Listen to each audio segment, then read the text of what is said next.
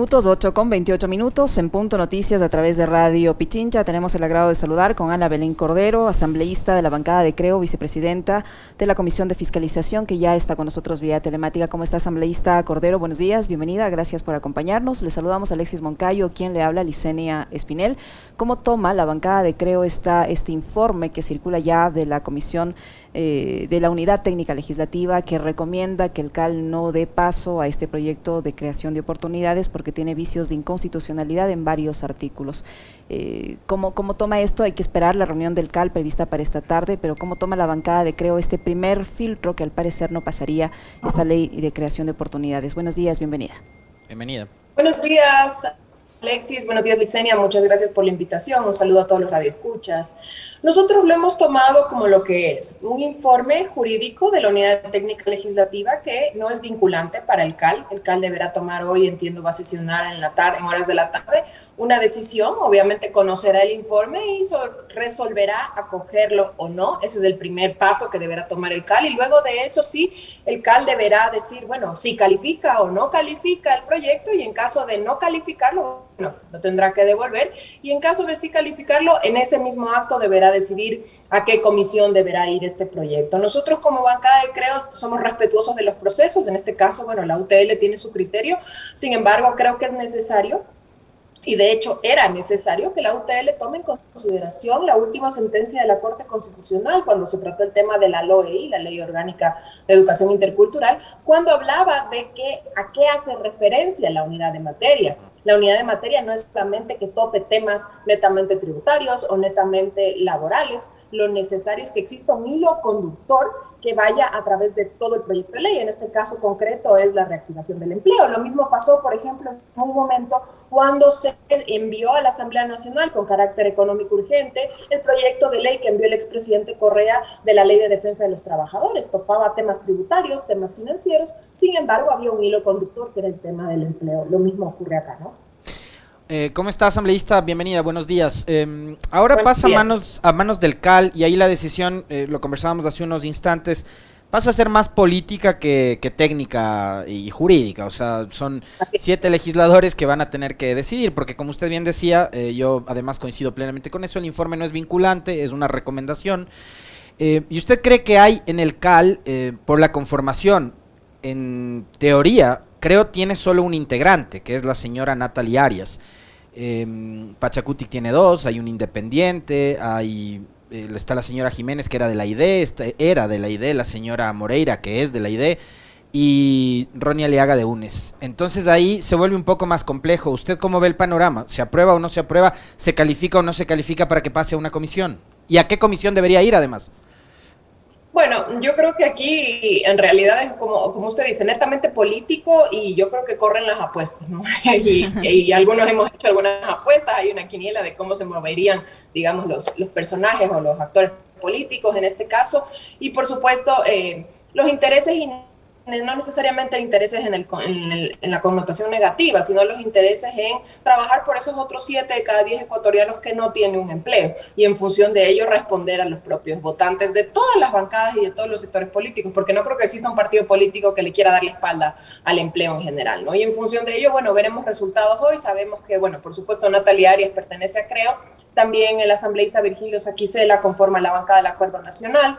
La izquierda democrática ha enfatizado, digamos, en algunos sentidos, que está de acuerdo con este proyecto en la reactivación del empleo. Vamos a ver cómo sería la votación de la presidenta Guadalupe Llori, Bella Jiménez, Ronnie Aliaga, Darwin Pereira, y creo que no se me olvida, estamos con todos. Vamos a ver cómo ocurre el tema hoy tarde, no depende de eso, ¿no? Y ahí usted cree que la decisión, por ejemplo, de la señora Llori, digamos, le ayude a ella a decidir esta suerte de denuncia, algunos dicen de chantaje, que ha surgido a partir de unos informes de Contraloría que señalan algunas glosas, informes con indicios de responsabilidad penal en contra de ella y de otros 15 asambleístas más? ¿Usted cree que eso les puede incentivar a dar paso al trámite?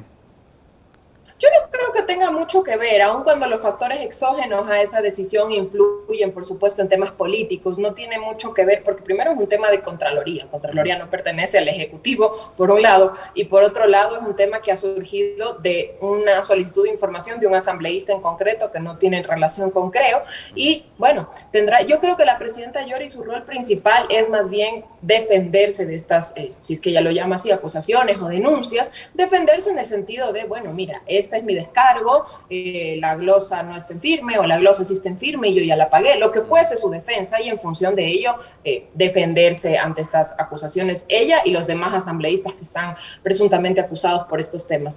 Creo que sí va a influenciar este tema en la decisión final, no solo de la presidenta Yori, sino de los demás miembros que están en el CAL, porque entiendo, por ejemplo, que en el caso de Darwin Pereira y de la presidenta Yori, que están en Pachacutic, también hay miembros de Pachacutic involucrados, como Salvador Quispe, en este tema de las glosas, y bueno, verán finalmente si es que hacen un espíritu de cuerpo en relación a su propia bancada o toman una decisión en pro de los ciudadanos, ¿no?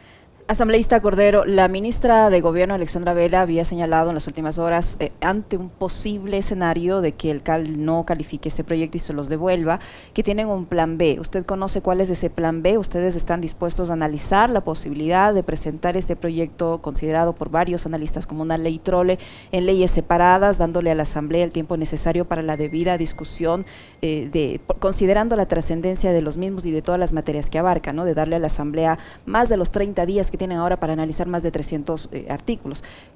¿Cuál es ese plan B? ¿Y están dispuestos ustedes en la eventualidad de que el CAL les niegue a presentar leyes por separado?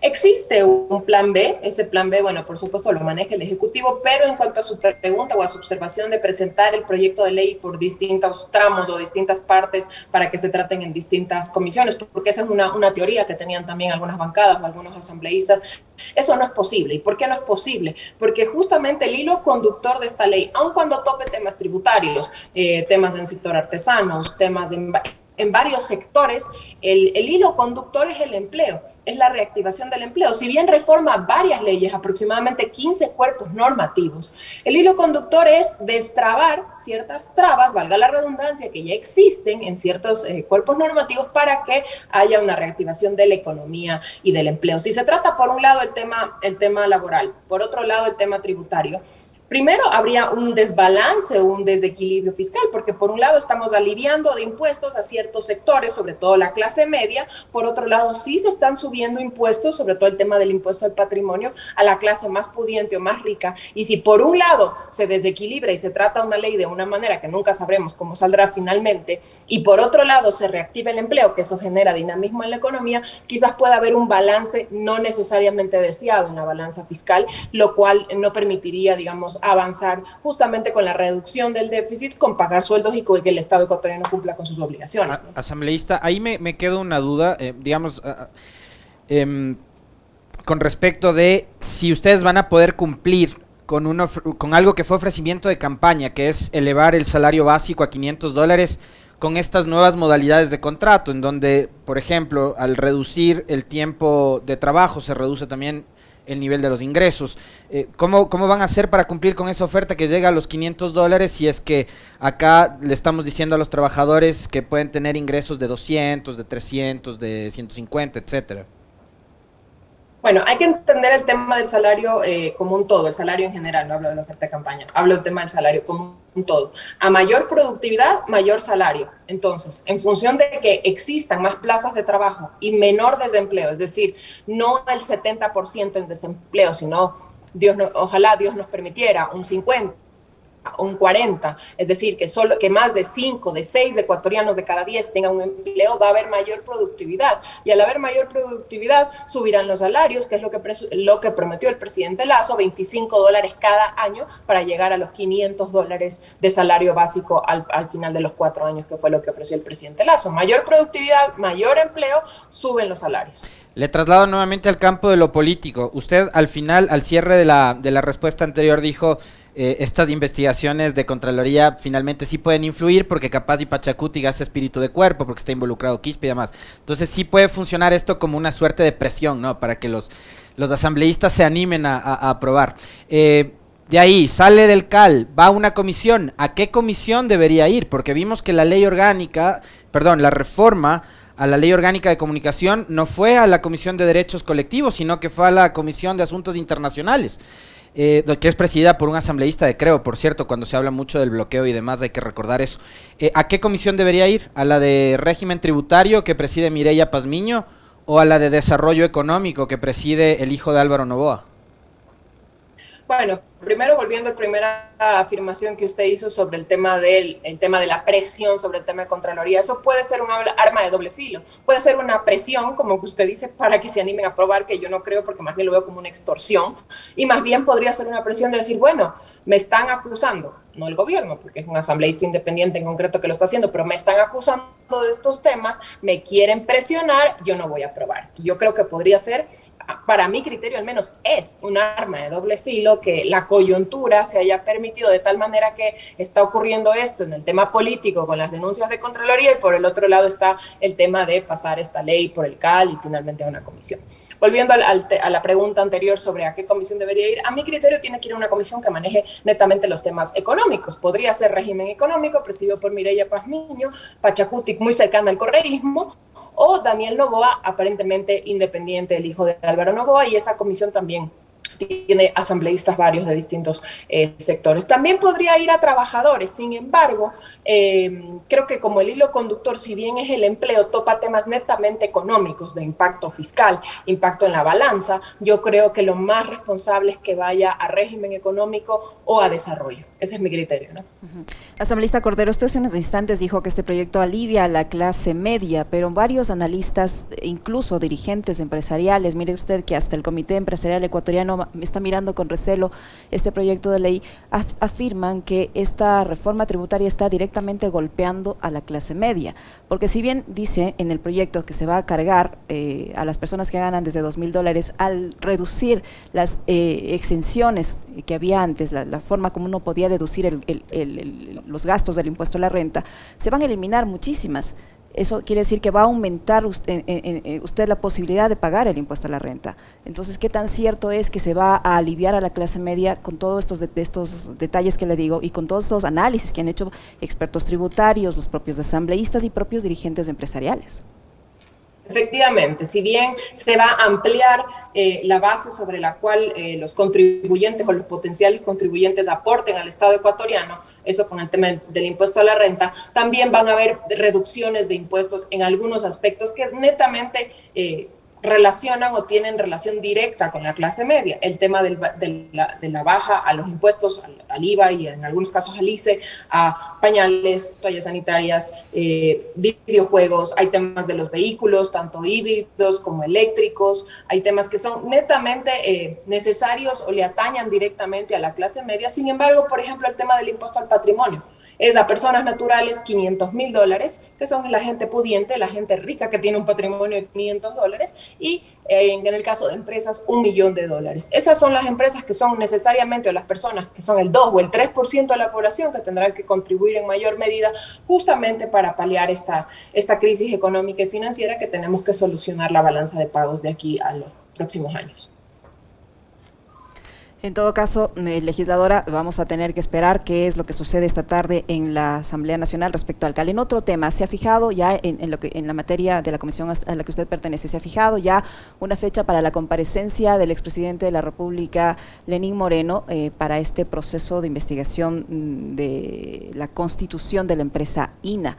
Después de tantos años, finalmente este caso parece que se quiere comenzar a investigar. Ya ha sido él notificado, usted mismo lo anunció en sus redes sociales. ¿Ya tienen respuesta del expresidente? ¿Él va a comparecer? ¿De qué forma va a comparecer él y también los integrantes de su familia?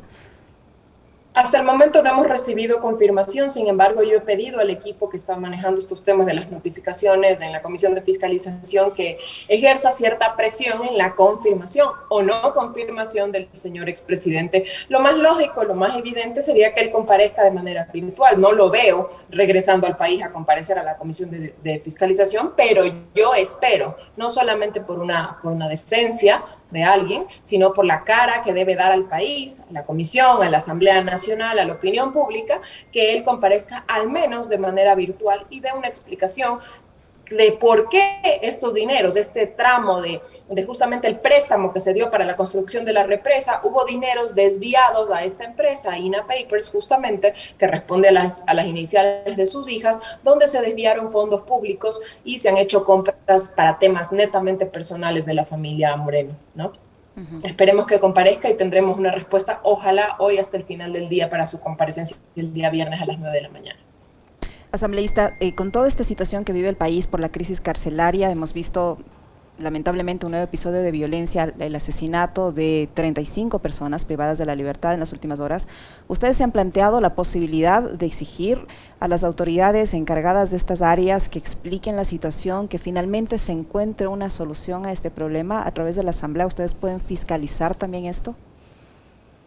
Nosotros podemos pedir comparecencias y pedir que rindan cuentas. En realidad no podemos nosotros fiscalizar en el sentido de términos de juicio político, porque nosotros en los entes seccionales y autónomos ellos tienen sus propios procesos, pero sí podemos solicitar la rendición de cuentas. Yo me encargué ayer en horas de la tarde y de la noche de, un poco indagar qué es lo que ocurrió aparte de las muertes, qué es lo que está detrás, ¿no? Las muertes son lamentables, siempre una pérdida humana en cualquier contexto es lamentable. Sin embargo, aparentemente lo que está ocurriendo en estos momentos es que han habido cambios de autoridades y también el Estado está luchando y trabajando para ir en contra de estas mafias, que no necesariamente están desde dentro de la cárcel, muchas están desde fuera, comandando temas desde afuera, adentro de las cárceles, y justamente eso es lo que permite la inseguridad y todos los temas delictuales que están ocurriendo en el país. Es lamentable que se hayan dado estas pérdidas. Yo creo que tiene que haber una lucha fuerte contra la inseguridad y contra el tema carcelario, y seguramente pediremos ciertas explicaciones y comparecencias en las comisiones respectivas para tener una idea clara, porque por más privados de libertad que estén, siempre tiene que haber un respeto irrestricto, no solo a la dignidad, sino a los derechos humanos de todas las personas. Muchísimas gracias, asambleísta, por su apertura, por el tiempo que nos ha permitido compartir y por la información que nos ha proporcionado la legisladora Ana Belén Cordero, de la bancada de CREO, vicepresidenta de la Comisión de Fiscalización, que ha estado con nosotros. Gracias, asambleísta. Muy amable. Encantada, buenos días, un gusto. Lo propio, muy amable.